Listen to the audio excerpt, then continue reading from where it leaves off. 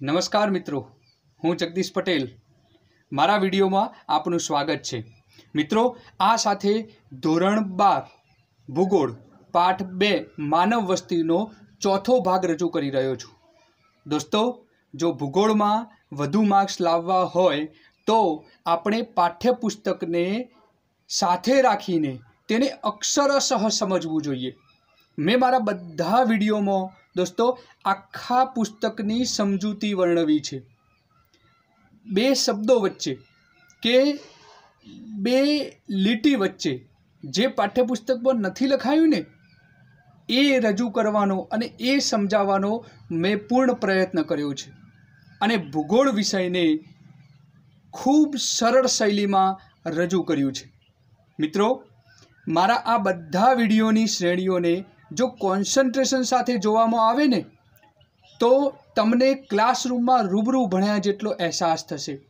મિત્રો, જો વિષયને લગતી કોઈ સમસ્યા હોય તો વિડીયોની શરૂઆતમાં મારો નંબર આપેલો છે, એના ઉપર આપ વોટ્સએપ મેસેજ કરી શકો છો. મિત્રો, હું આપને પૂરેપૂરો સંતોષકારક જવાબ આપવાનો પ્રયત્ન કરીશ. તો મિત્રો, ચાલો શરૂ કરીએ. ધોરણ 12 ભૂગોળ પાઠ 2 માનવ વસ્તી ભાગ 4. દોસ્તો, આપણે અગાઉના આ પાઠ 2ના ભાગ 3માં વસ્તીનું માળખું અને આ વસ્તીના માળખામાં કઈ વિગતોનો અભ્યાસ કરવામાં આવે છે એની આપણે થોડીક ચર્ચા કરી હતી. હવે એનાથી આગળ જોઈએ. મિત્રો, વસ્તીના માળખામાં કેટલાક મુદ્દાઓનો અભ્યાસ કરવામાં આવે છે.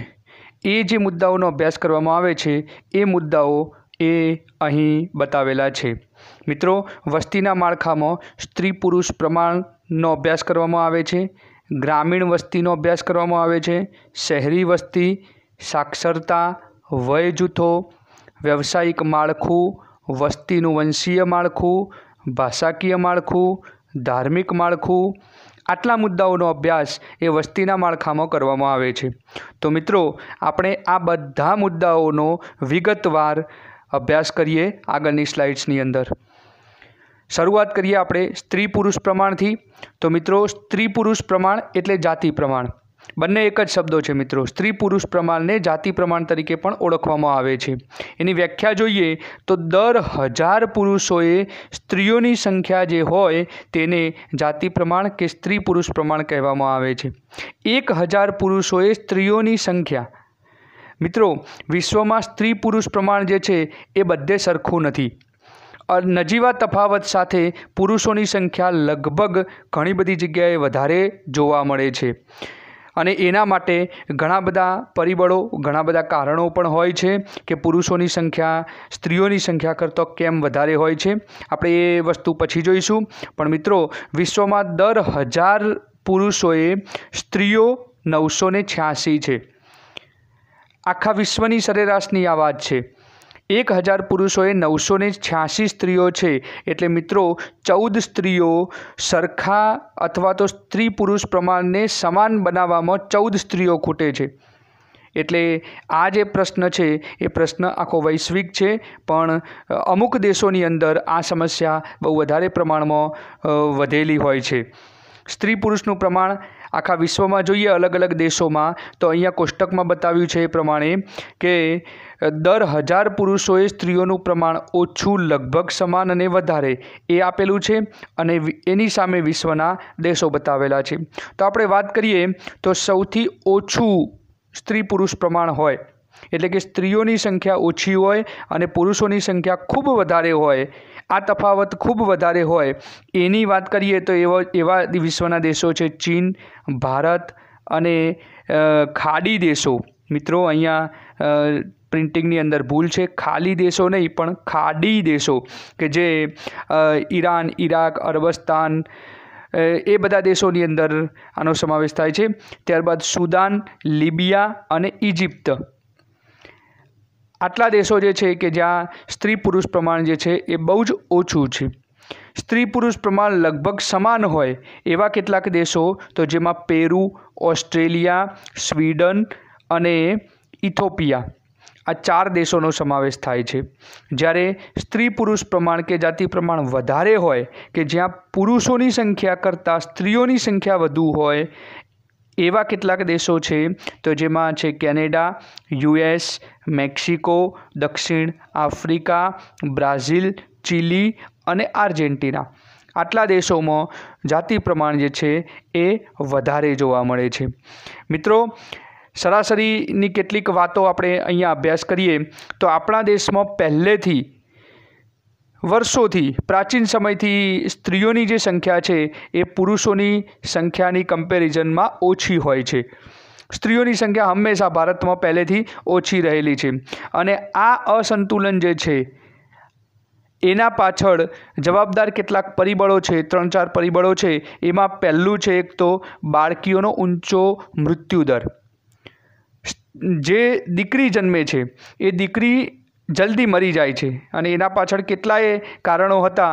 ભારતમાં દૂધ પીતી કરવાનો રિવાજ હતો, ભ્રૂણ હત્યા કરવાનો રિવાજ હતો, અથવા તો બાળકી જન્મે તો એને યોગ્ય ખોરાક ના આપવામાં આવે અને એના કારણે એ કુપોષણથી મૃત્યુ પામે। આવા ઘણા બધા કારણો જવાબદાર હતા। તો બાળકીઓનો ઊંચો મૃત્યુદર, ત્યારબાદ પુત્ર જન્મની ઘેલછા।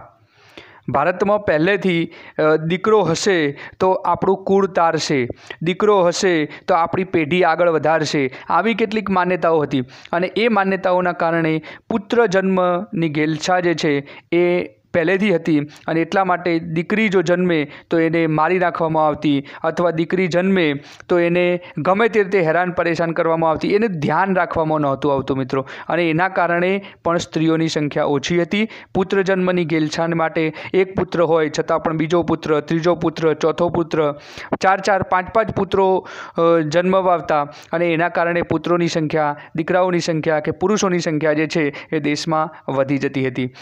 ત્યારબાદ સ્ત્રી ભ્રૂણ હત્યા। અત્યારે મેડિકલનો જમાનો આવ્યો અને એમાં જ્યારે સોનોગ્રાફી કરીને માતાના પેટમાં પુત્ર છે કે પુત્રી છે એ જાણી શકાયું અને એના કારણે જ્યારે પુત્રી હોય તો અગાઉથી એને જન્મ આપ્યા વગર જ સ્ત્રી ભ્રૂણ હત્યા કરીને એને મારી નાખવામાં આવતી। એટલે એ રીતે સ્ત્રીઓની સંખ્યા જે છે એ દિવસે દિવસે ઘટતી જાય છે અને આ કેટલાક પરિબળો જે છે એ સ્ત્રી પુરુષ પ્રમાણની અંદર અસંતુલન છે એ માટે જવાબદાર છે। આગળ જોઈએ મિત્રો તો દેશના જુદા જુદા રાજ્યોમાં પણ આ પ્રમાણમાં તફાવત જોવા મળે છે। આપણા દેશના જે અલગ અલગ રાજ્યો છે એ દરેક રાજ્યોમાં જાતિ પ્રમાણ સમાન નથી। કેટલાક રાજ્યોમાં જાતિ પ્રમાણ સારું છે અને કેટલાક રાજ્યોમાં બહુ જ ખરાબ હાલત જોવા મળે છે।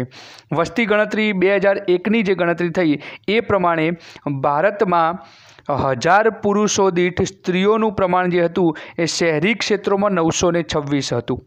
મોટા મોટા જે શહેરો હતા એ શહેરોમાં 1000 પુરુષોએ 926 સ્ત્રીઓ છે, જ્યારે ગ્રામીણ ક્ષેત્રોની અંદર 1000 પુરુષોએ 947 સ્ત્રીઓ છે। જ્યારે આખા દેશની સરેરાશની વાત કરીએ તો 1000 પુરુષોએ 940 સ્ત્રીઓ છે। એટલે ઓછું તો આપણે કહી જ શકીએ ભારતની અંદર, પણ એનાથી આગળ જોઈએ તો કેરળ રાજ્ય એક એવું રાજ્ય છે કે જે રાજ્યમાં સ્ત્રી પુરુષ પ્રમાણ વિપરીત દિશામાં છે। એટલે કે સ્ત્રીઓની સંખ્યા વધારે છે અને પુરુષોની સંખ્યા ઓછી છે। સ્ત્રીઓનું પ્રમાણ 1084 છે કે જે દેશમાં સૌથી પ્રથમ ક્રમે આવે છે। એટલે કેરળ રાજ્ય એક એવું છે કે જે જાતિ પ્રમાણમાં ખૂબ આગળ પડતું સ્થાન ધરાવે છે। બાકી બીજા નંબરે તમિલનાડુ રાજ્ય આવે છે કે જેમાં 996 સ્ત્રી પુરુષ પ્રમાણ છે। એટલે કે 1000 પુરુષોએ 996 સ્ત્રીઓ છે, એટલે લગભગ આપણે સમાન કહી શકીએ। એટલે એ તમિલનાડુ કેરળ પછી બીજા ક્રમે આવે છે। કેન્દ્રશાસિત પ્રદેશોની આપણે વાત કરીએ તો કેન્દ્રશાસિત પ્રદેશોમાં સૌથી વધારે સ્ત્રી પુરુષ પ્રમાણ પુડુચેરીમાં છે, 1037। એટલે કે 1000 પુરુષોએ 1037 સ્ત્રીઓ છે। એટલે અહીં પણ કેરળ જેવી પરિસ્થિતિ છે આ કેન્દ્રશાસિત પ્રદેશમાં। જ્યારે કેન્દ્રશાસિત પ્રદેશોમાં સૌથી ઓછું જો જાતિ પ્રમાણ હોય તો દીવ અને દમણમાં છે, જેમાં 618 છે। મિત્રો, આ બહુ ગંભીર વાત છે કે 1000 પુરુષોએ 618 સ્ત્રીઓ, 400 લગભગ 400 સ્ત્રીઓનો ઘટાડો। ત્યાં કેટલાય પ્રકારના ગુનાઓ બળાત્કાર ને એ બધા પ્રશ્નો જે છે એ ખૂબ વધારે પ્રમાણમાં થાય એના માટે આ સ્ત્રી પુરુષ પ્રમાણ એક મહત્ત્વનું કારણ બની રહે છે। એ સિવાય આપણે વાત કરીએ તો છત્તીસગઢ, તમિલનાડુ, આંધ્રપ્રદેશ અને મણિપુર આ 4 રાજ્યો એવા છે કે જ્યાં લગભગ સંતુલિત સ્ત્રી પુરુષ પ્રમાણ છે। આપણે આગળ જોયું કે તમિલનાડુમાં 996 સ્ત્રી પુરુષ પ્રમાણ છે। એવી જ રીતે બાકીના છત્તીસગઢ, આંધ્રપ્રદેશ અને મણિપુર આ 4 રાજ્યોમાં પણ એવા જ પ્રકારનું છે કે જ્યાં 1000ની આજુબાજુમાં સ્ત્રીઓનું પ્રમાણ છે। 2-5 વધઘટ હોઈ શકે મિત્રો, પણ લગભગ સંતુલિત જેવું પ્રમાણ છે। એ સારી બાબત છે। ગ્રામીણ ક્ષેત્રોની તુલનામાં શહેરી ક્ષેત્રોમાં સ્ત્રીઓનું પ્રમાણ જે છે એ મોટે ભાગે નીચું રહે છે। શહેરોમાં સ્ત્રીઓનું પ્રમાણ ઓછું હોય છે, જ્યારે ગામડાઓની અંદર સ્ત્રીઓનું પ્રમાણ વધારે હોય છે। અને આ માટે એક મહત્ત્વનું કારણ છે તો રોજગારી માટે થતું સ્થળાંતરણ। મોટે ભાગે ગામડામાં એવું બનતું હોય કે ગામની અથવા તો ઘરની સ્ત્રી એ પોતે પોતાની જમીન સંભાળવા માટે અથવા પોતાના બાળકો સંભાળવા માટે કે ઘરડાઓને સંભાળવા માટે એ પોતે પોતાના ગામમાં ઘેર રહેતી હોય, અને એનો જે પુરુષ છે એ પુરુષ શહેરમાં કોઈક નોકરી કરવા માટે અથવા રોજગારી કરવા માટે કે કોઈક ધંધો કરવા માટે શહેરમાં જતો હોય છે, અથવા શહેરમાં કાયમ માટે રહેતો હોય છે, અને અમુક સમયે પોતાના ગામમાં આવી જતા હોય છે।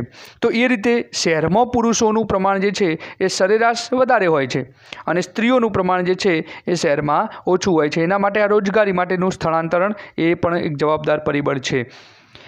ભારતમાં સૌથી ઓછું જાતિ પ્રમાણ ધરાવતા રાજ્યો હોય એવા રાજ્યોની અહીંયા યાદી આપેલી છે મિત્રો। તો એમાં પહેલું જોઈએ તો એક છે હરિયાણા, કે જેનું જાતિ પ્રમાણ 879 છે, સૌથી ઓછું જાતિ પ્રમાણ। મિત્રો આપણે આગળ જોયું કે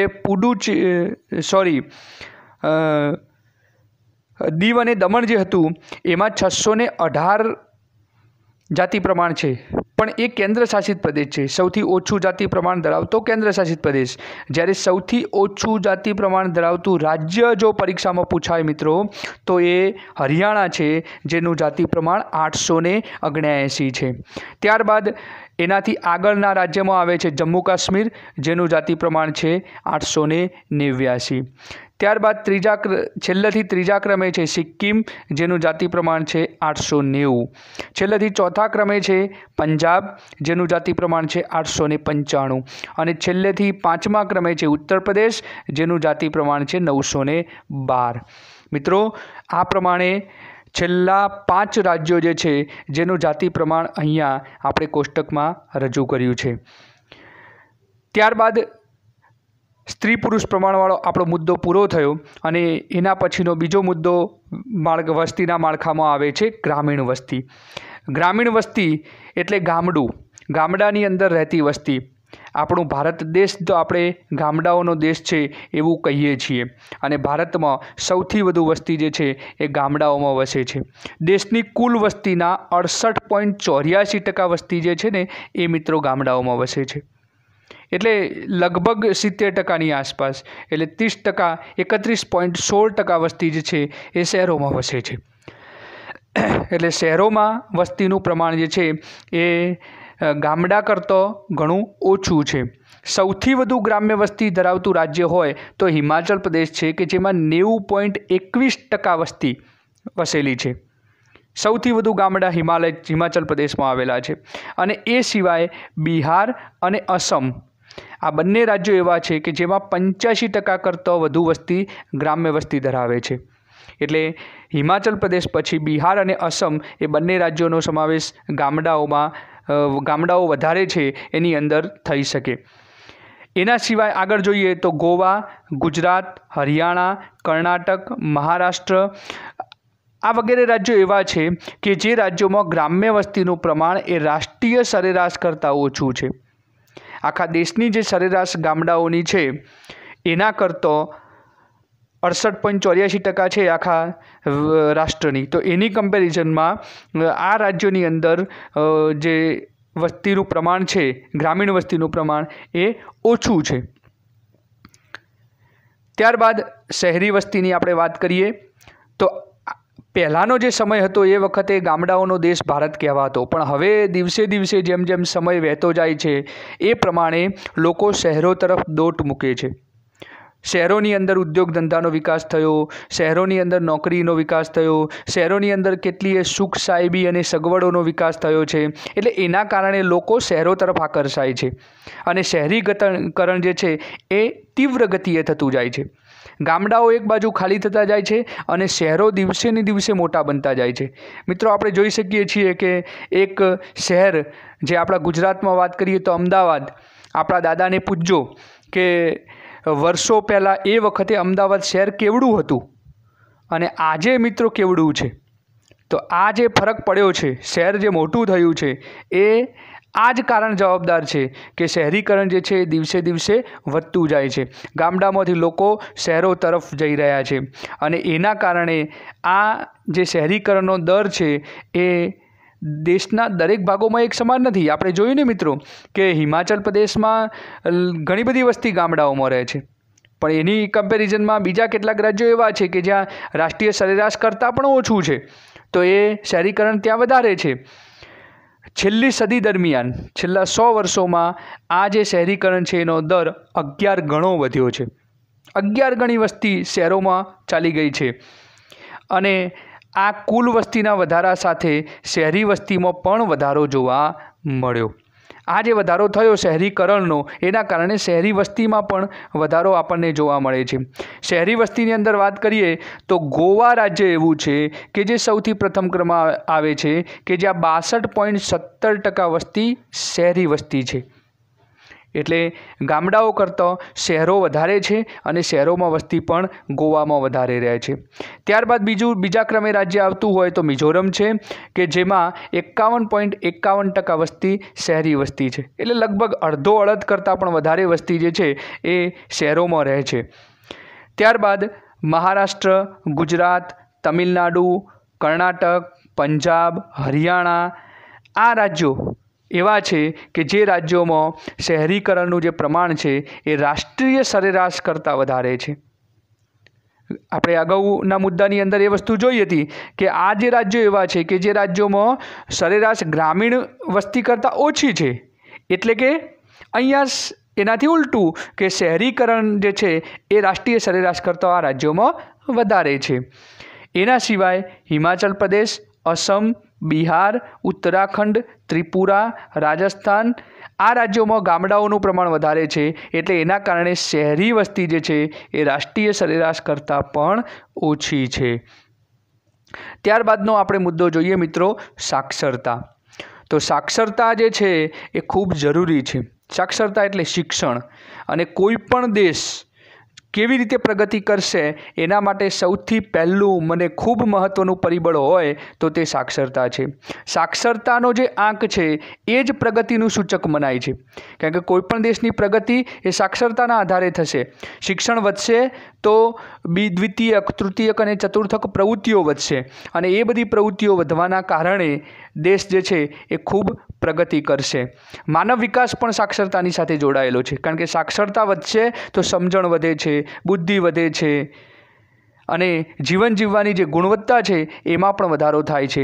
એટલે સાક્ષરતા જે છે એ માનવ વિકાસ અને જીવનની ગુણવત્તાનો પણ સૂચક આંક છે.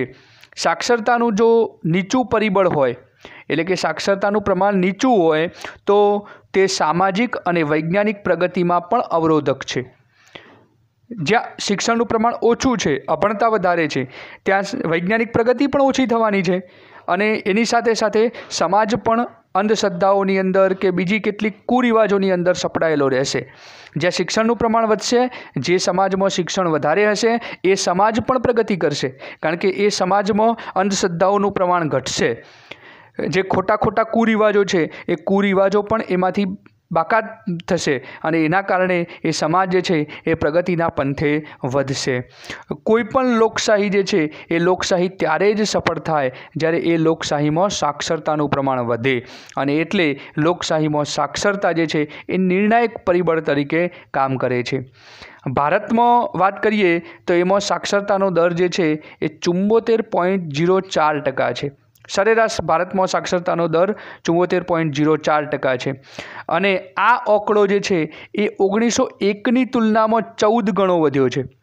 એટલે આના ઉપરથી મિત્રો આપણે એક તારણ કાઢી શકીએ કે 1901માં ભારતમાં શિક્ષણનું પ્રમાણ કેટલું નીચું હતું અને આજે એના પછી 100 વર્ષોમાં 14 ગણો વધારો થયો। એટલે શિક્ષણનું પ્રમાણ જે છે એ ઘણું બધું ભારતમાં હવે વધ્યું છે। લોકોમાં શિક્ષણની ભૂખ જાગી છે અને એટલે ભારત જે છે એ આજે વિકાસશીલમાંથી વિકસિત તરફ પ્રયાણ કરી રહ્યો છે। હાલ ભારતમાં પુરુષોની સાક્ષરતાનો દર 82.14% છે, જ્યારે મહિલાઓની સાક્ષરતાનો દર 65.46% છે અને આ બંનેની સરેરાશ જો જોઈએ તો એ 74.04% એ આવી શકે છે। પુરુષોની સાક્ષરતાનો દર થોડોક વધારે છે। કેટલાક સમાજોની અંદર આજે પણ એવું છે કે જ્યાં સ્ત્રીઓને બહુ ભણાવવામાં આવતી નથી, દીકરીઓ જે છે એમને ઘરકામ માટે રોકવામાં આવે છે અને એના કારણે દીકરીઓને ભણાવવામાં ઓછી આવે છે, છોકરાઓને જ ભણાવવામાં આવે છે અને એ કારણે અહીંયા મહિલાઓનો જે સાક્ષરતા દર જે છે એ પુરુષોની સરખામણીમાં ઘણો ઓછો છે। પણ એનાથી આગળ જોઈએ તો છેલ્લા 60 વર્ષોમાં ઘણો સુધારો થયો છે। એ 60 વર્ષોમાં પુરુષોની તુલનામાં મહિલાઓનો જે સાક્ષરતા દર છે એમાં ખૂબ વધારો થયો અને એમાં જે વધારો થયો એ ઉત્સાહજનક વધારો થયો છે। પહેલાં તો મહિલાઓના સાક્ષરતા દર લગભગ 0% જેવો હતો મિત્રો, પણ આજે 65.46% છે। તો એ ઘણો બધો વધારો થયો છે। પુરુષોની એ પ્રમાણે જોઈએ તો પહેલાં જો પુરુષોને ભણાવવામાં આવતા, આજે પણ છોકરાઓને ભણાવવામાં આવે છે તો ખરેખર 82.14% નહીં પણ 100% હોવો જોઈએ, પણ એ નથી। પણ એની કમ્પેરિઝનમાં 65.46% સ્ત્રીઓ ઘણી બધી આગળ આવી છે। આજે મિત્રો આપણે જોઈએ તો ઘણા બધા ક્ષેત્રો, બોર્ડનું રિઝલ્ટ તમે જુઓ તો એમાં પણ આજે દીકરીઓ જે છે એ ખૂબ આગળ વધેલી હોય છે। તો એ તે સાક્ષરતાનું પ્રમાણ દીકરીઓમાં, મહિલાઓમાં વધ્યું છે। સાક્ષરતાનો અંક એ દેશમાં શહેરી ક્ષેત્રો, ગ્રામીણ ક્ષેત્રો, જુદા જુદા સામાજિક અને ધાર્મિક જૂથોમાં અલગ અલગ જોવા મળે છે। મિત્રો, સાક્ષરતાનું પ્રમાણ જે છે એ શહેરી ક્ષેત્રોમાં વધારે જોવા મળે છે, જ્યારે ગ્રામીણ ક્ષેત્રોમાં શહેરોની કમ્પેરિઝનમાં ઓછું હોય છે। એનાથી આગળ જોઈએ તો કેટલાક સમાજોની અંદર શિક્ષણનું પ્રમાણ વધારે હોય છે, જ્યારે કેટલાક સમાજોમાં શિક્ષણનું પ્રમાણ ઓછું હોય છે। એ સમાજ એ બાળકોને એને શિક્ષણનું જો પ્રોત્સાહન આપે તો એ સાક્ષરતાનું પ્રમાણ જે છે એ વધી શકે છે। કેટલાક ધર્મોની અંદર પણ એવું છે કે અમુક ધર્મોમાં શિક્ષણનું પ્રમાણ વધારે હોય છે, અમુક ધર્મોમાં ધાર્મિક માન્યતાઓ જે છે એ એને રોકતી હોય છે શિક્ષણ વધારવામાં અને એના કારણે પણ શિક્ષણનું પ્રમાણ જે છે એ ઘટતું જાય છે। તો મિત્રો, આ સાક્ષરતાની આપણે વાત કરી। આગળ જોઈએ તો દેશમાં કેરળ જે છે એમાં 94% સાક્ષરતા છે, જે દેશની સૌથી વધુ સાક્ષરતા છે। આમ તો 100%ની નજીકમાં છે, એટલે કેરળ ખૂબ આગળ પડતું સાક્ષર રાજ્ય છે, જ્યારે સૌથી ઓછી સાક્ષરતા ધરાવતું રાજ્ય હોય તો તે બિહાર છે અને 61.8% સાક્ષરતા એ ધરાવે છે। ત્યારબાદ દેશના 16 રાજ્યો અને 7 કેન્દ્રશાસિત પ્રદેશો એવા છે કે જેમાં સાક્ષરતાનું પ્રમાણ રાષ્ટ્રીય સરેરાશ કરતાં વધારે છે। હવે રાષ્ટ્રીય સરેરાશ ભારતની કેટલી છે તો અહીંયા 74.04% છે અને એના કરતાં 16 રાજ્યો અને 7 કેન્દ્રશાસિત પ્રદેશોમાં આ સાક્ષરતાનું પ્રમાણ 74.04% કરતાં વધારે છે। પણ મિત્રો, આ કોષ્ટક પરથી આપણે એક તુલના કરીએ કે સ્ત્રીઓ પુરુષોનું સાક્ષરતાનું પ્રમાણ અને કુલ પ્રમાણ કે જે વિશ્વ અને ભારતની સાથે આપણે સરખામણી કરીએ તો વિશ્વમાં સ્ત્રીઓમાં 80.2% સ્ત્રીઓ ભણે છે, જ્યારે પુરુષો 88.6% ભણે છે। મિત્રો, પુરુષો અને સ્ત્રીઓનું જે ભણવાનું પ્રમાણ છે એ વિશ્વમાં બહુ વધારે ડિફરન્સ નથી અને કુલ 84.3% સરેરાશ વિશ્વમાં શિક્ષણનું પ્રમાણ છે। એની સરખામણીમાં ભારતમાં સ્ત્રીઓમાં 65.46% સ્ત્રીઓ ભણે છે, જ્યારે પુરુષો 82.14% ભણે છે અને સરેરાશ 74.04% ભણે છે। તો આના ઉપરથી આપણે એક સરખામણી કરી શકીએ કે ભારત જે છે એ શિક્ષણના કે સાક્ષરતાના પ્રમાણમાં વિશ્વની કમ્પેરિઝનમાં પાછળ છે.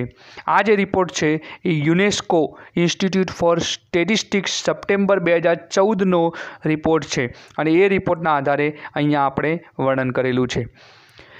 ત્યારબાદ મિત્રો આપણે વય જૂથોની વાત કરીએ તો ભારતમાં જે વય જૂથો છે એ વય જૂથોને અલગ અલગ ઉંમરના આધારે વહેંચવામાં આવે છે અને વય જૂથોના અભ્યાસ કરીએ તો એના કારણે જે દેશમાં શ્રમ શક્તિ આપણને કેટલી મળશે અને દેશમાં સરેરાશ આયુષ્ય કેટલું છે એનો ખ્યાલ આવે છે.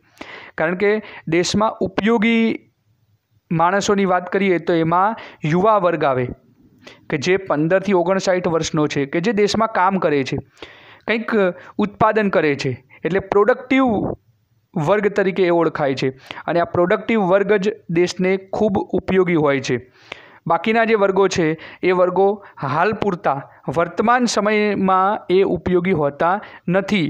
એટલે એના આધારે અભ્યાસ કરી અને દરેક દેશ પોતે કેવી રીતે પ્લાનિંગ કરવું ભવિષ્યની અંદર એનું આયોજન કરતો હોય છે. વય જૂથોના આધારે આપણે જોઈએ તો વસ્તીને 3 ભાગોની અંદર વહેંચવામાં આવે છે. એક છે કિશોર વર્ગ કે જે 15 વર્ષથી ઓછી વયના હોય એ આવે છે, એટલે બાળકોથી માંડીને કિશોર વર્ગ સુધીના બધા જ બાળકોનો સમાવેશ આમાં થઈ જાય. 15 વર્ષ સુધી ઓછી વયના કે જે ભણતા બાળકો હોય અથવા તો એનાથી નાના બાળકો હોય કે જે હાલ પૂરતા દેશમાં ઉપયોગી નથી, ભવિષ્યમાં એ યુવાન બનશે અને દેશને ઉપયોગી બનશે, એટલે દેશનું ભવિષ્ય કિશોર વર્ગ છે એમ કહી શકાય.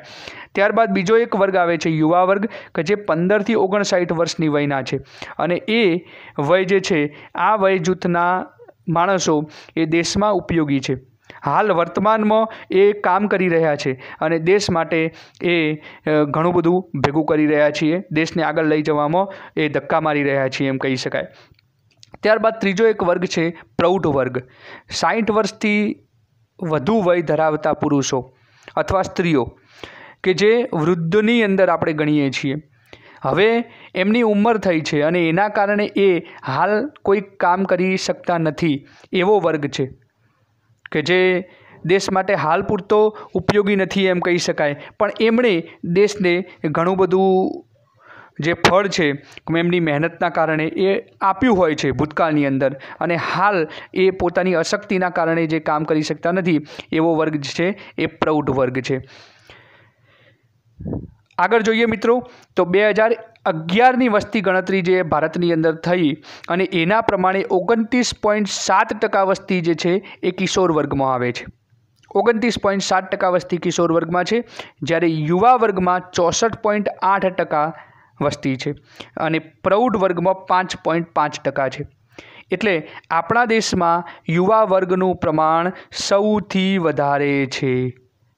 64.8% એટલે સૌથી વધારે છે, જે દેશ માટે ખૂબ સારી બાબત ગણી શકાય, ખૂબ ફાયદાકારક બાત કરી શકાય કે અત્યારે હાલ વર્તમાનમાં આપણી પાસે યુવાનો વધારે છે જેના કારણે દેશ ખૂબ પ્રગતિ કરી શકવાની ક્ષમતા ધરાવે છે. 2011ના આંકડા વિશ્લેષણ પરથી આપણને એ વસ્તુની ખબર પડે છે, અગાઉના 2001 અને 2011ની કમ્પેરિઝન કરીએ તો એના ઉપરથી પણ ખબર પડે છે કે કિશોર વર્ગની જે ટકાવારી છે એ અગાઉની તુલનામાં નીચે ગઈ છે. જે અત્યારે હાલ 29.7% છે ને એ અગાઉ 2001ની કમ્પેરિઝન કરતાં ઓછી છે. એ વખતે વધારે હતી કે જેના કારણે કિશોર વર્ગની સંખ્યા નીચી ગઈ અને આના આધારથી આપણે શું તારણ કાઢી શકીએ મિત્રો કે જે જન્મદરનો જે ઘટાડો છે એ થયો છે. કિશોર વર્ગની સંખ્યા ઘટે એટલે એનો અર્થ એવો થયો કે જન્મદરમાં ઘટાડો થયો.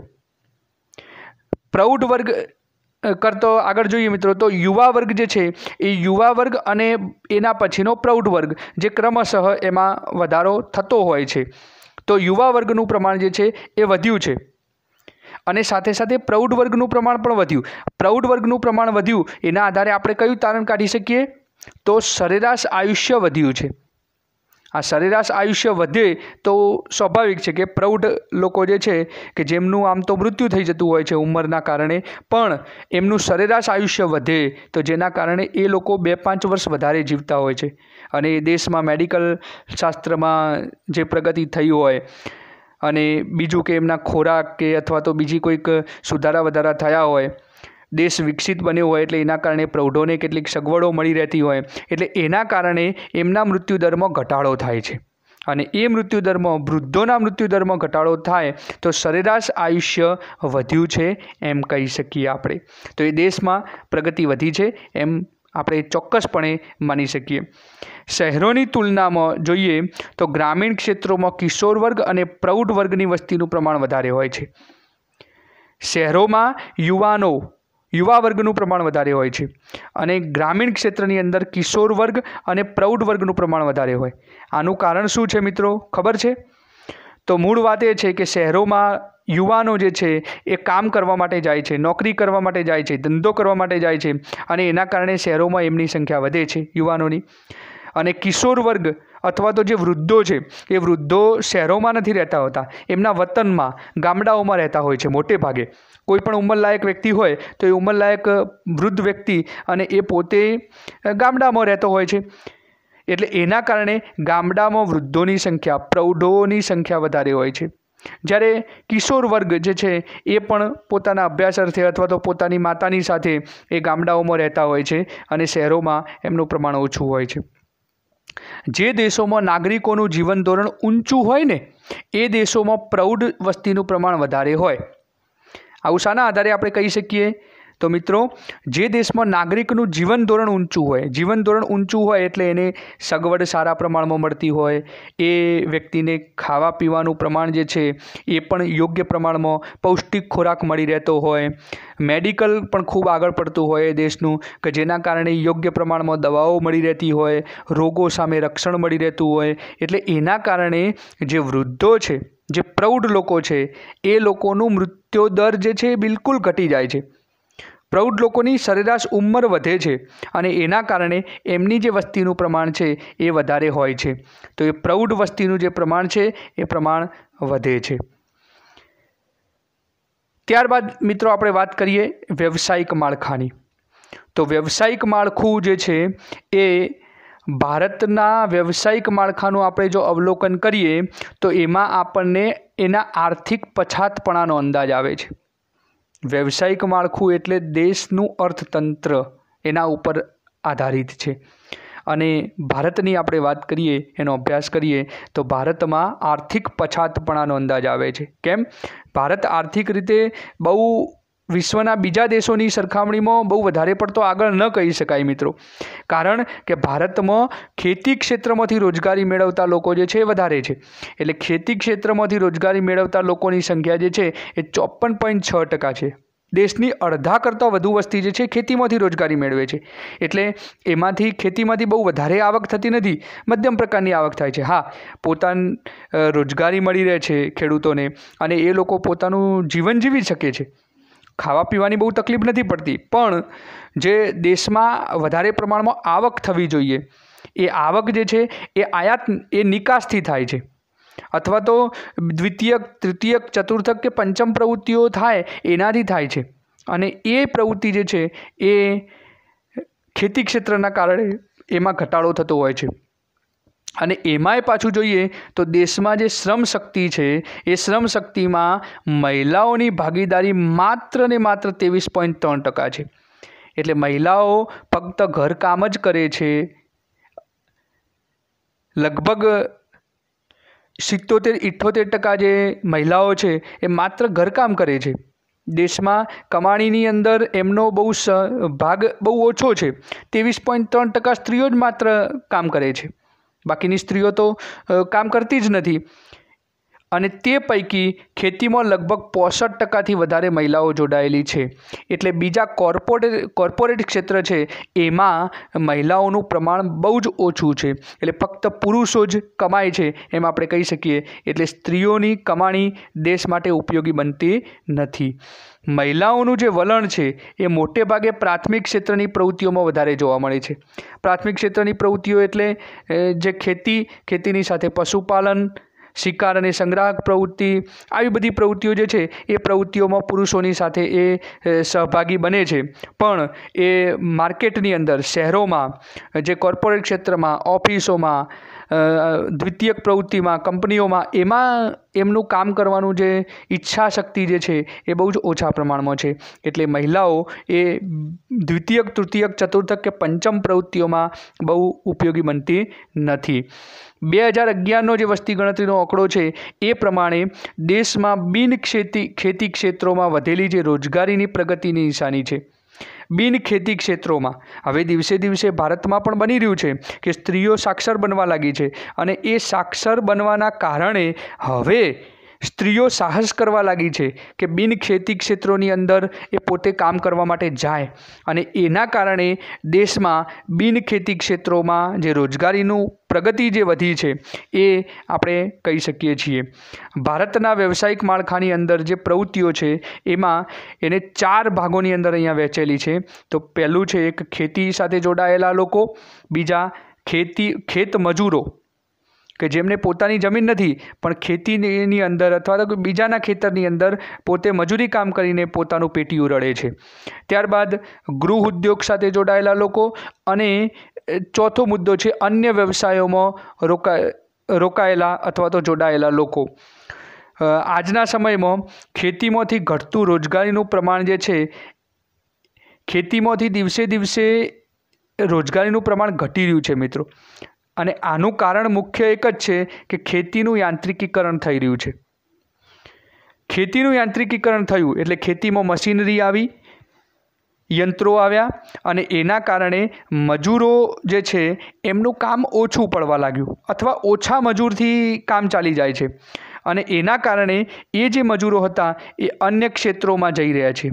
એટલે ખેતીનું યાંત્રિકીકરણ થાય અને એના કારણે અન્ય ક્ષેત્રોમાં પણ બીજે વિકાસ જે છે એ થાય છે, એટલે દેશ પ્રગતિ કરે છે.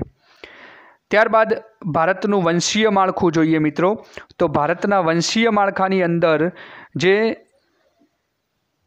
કેટલા વંશોની પ્રજા એ ભારતમાં રહેલી એની કેટલીક વાત છે. આમ જોવા જઈએ તો ભારત તો વિશાળ હૃદયનો દેશ છે, એટલે ભારત એક ઉપખંડની વિશાળતા ધરાવતો દેશ છે. ભારતે કોઈને પોતાના દેશમાં આવવાની ના પાડી જ નથી, કોઈનો વિરોધ કર્યો જ નથી, અને એના કારણે આખા વિશ્વમાંથી કેટલીય માનવ પ્રજાતિઓ ભારતમાં આવીને વસી. એટલે સમયાંતરે ભારતમાં કેટલીય માનવ પ્રજાતિઓ આવીને વસી અને ભારતને જ પોતાનું મૂળ વતન બનાવી દીધું. પાષાણ યુગથી જ આપણે જોઈએ તો વિવિધ પ્રજાતિઓનું ભારતમાં આગમન થયેલું અને વસવાટ પણ શરૂ થયો હતો, અને આ બાબતને મોટાભાગના વિશ્વના જે વિદ્વાનો છે સ્વીકારે છે કે વિવિધ પ્રજાતિઓ જે છે એ પ્રાચીન સમયથી ભારતમાં આવીને વસી છે. અને કેટલીક પ્રજાતિઓ તો એવી છે કે જે ભારતમાં જ પહેલાંથી મૂળ પેદા થયેલી છે. વિદ્વાનો જે છે એમના મતે આફ્રિકા, ભૂમધ્ય સમુદ્રનો વિસ્તાર, મધ્ય એશિયા, આ જે પ્રદેશો છે એ પ્રદેશોમાંથી ભારતમાં વસ્તીનું આગમન થયેલું, માણસોનું આગમન થયેલું, અને એ લોકો ભારતમાં રહેલા. કેટલાક નૃવંશશાસ્ત્રીઓ એવું માને છે કે ભારતમાં જ કેટલીક જાતિઓનું ઉદ્ભવ સ્થાન છે. કેટલીક જાતિઓ તો એવી છે કે જે ભારતમાં જ ઉદ્ભવ પામી છે. શરૂઆતથી જ જ્યારે આદિમાનવ હતો ત્યારથી જ ભારતમાં હતો, અને એ ધીમે ધીમે પ્રગતિશીલ બન્યો, અને એ જ જે જ્ઞાતિ અથવા તો એ જે જાતિ તૈયાર થઈ એ જાતિ ભારતમાં વસી. અને આનું એક મસ્ત ઉદાહરણ જોઈએ તો હિમાલયન ક્ષેત્રમાંથી આદિમાનવના જીવાશ્મીઓ મળી આવ્યા. હિમાલયની અંદર ખોદકામ કરતા અથવા તો બીજી ક્યાંક હિમનદીઓમાંથી આપણને કેટલાક આદિમાનવના જીવાશ્મીઓ મળી આવે. આના ઉપરથી આપણે એ તારણ કાઢી શકીએ કે એ જે ભૂતકાળની અંદર પ્રાચીન સમયમાં અહીંયા આદિમાનવ હતો, અને આદિમાનવ હતો તો એ આપણો ભારતનો મૂળ વતની છે. એટલે પ્રાચીન સમયથી જ ભારતમાં ઉદ્ભવ સ્થાન જાતિઓનું છે એવું આપણે એના આધારે કહી શકીએ. ભારતીય નૃવંશશાસ્ત્રી B.S. ગુહા, મિત્રો ભારતીય નૃવંશશાસ્ત્રી B.S. ગુહા એમણે ભારતમાં 6 પ્રજાતિઓ છે એવું વર્ણન કર્યું છે. એમના મતે ભારતમાં મુખ્ય 6 પ્રજાતિઓ છે. એ 6 પ્રજાતિઓ અહીંયા આપેલી છે મિત્રો, જુઓ. એક છે ઇન્ડો આર્યન પ્રજાતિ, બીજું છે ઇન્ડો દ્રવિડિયન પ્રજાતિ, ત્યારબાદ ત્રીજું છે આર્ય દ્રવિડિયન પ્રજાતિ, ચોથું છે મોંગોલી દ્રવિડિયન પ્રજાતિ, પાંચમું છે મંગોલોઇડ પ્રજાતિ અને છઠ્ઠું છે દ્રવિડિયન પ્રજાતિ. મિત્રો આ 6 જે છે એ જાતિ પ્રજાતિ છે, આ ધર્મો નથી, યાદ રાખજો. એટલે ધર્મ અને આ પ્રજાતિઓ એ બંને વસ્તુ આખી અલગ છે. પ્રજાતિઓ કે જે પ્રાચીન સમયમાં જે અલગ અલગ વિસ્તારમાં પોતાની રહેણીકરણીના કારણે જે બની અને એ આગળ પડતું સ્થાન ધરાવ્યું એ પ્રજાતિઓ છે. અને આ પ્રજાતિઓ અસ્તિત્વમાં આવ્યા પછી જ્યારે માણસ શિષ્ટ બન્યો, થોડોક ધાર્મિક બન્યો, ધાર્મિકની સાથે સાથે એ પોતે થોડો શિક્ષિત બન્યો અને એ વખતે કેટલાક વ્યક્તિઓએ પોતાના પંથ જે જુદા પાડ્યા એના આધારે ધર્મોની રચના થઈ અને એ ધર્મો બન્યા. એટલે આ પ્રજાતિઓ અને ધર્મો એ બંને વસ્તુ આખા અલગ મુદ્દા છે, એ ધ્યાનમાં રાખશો.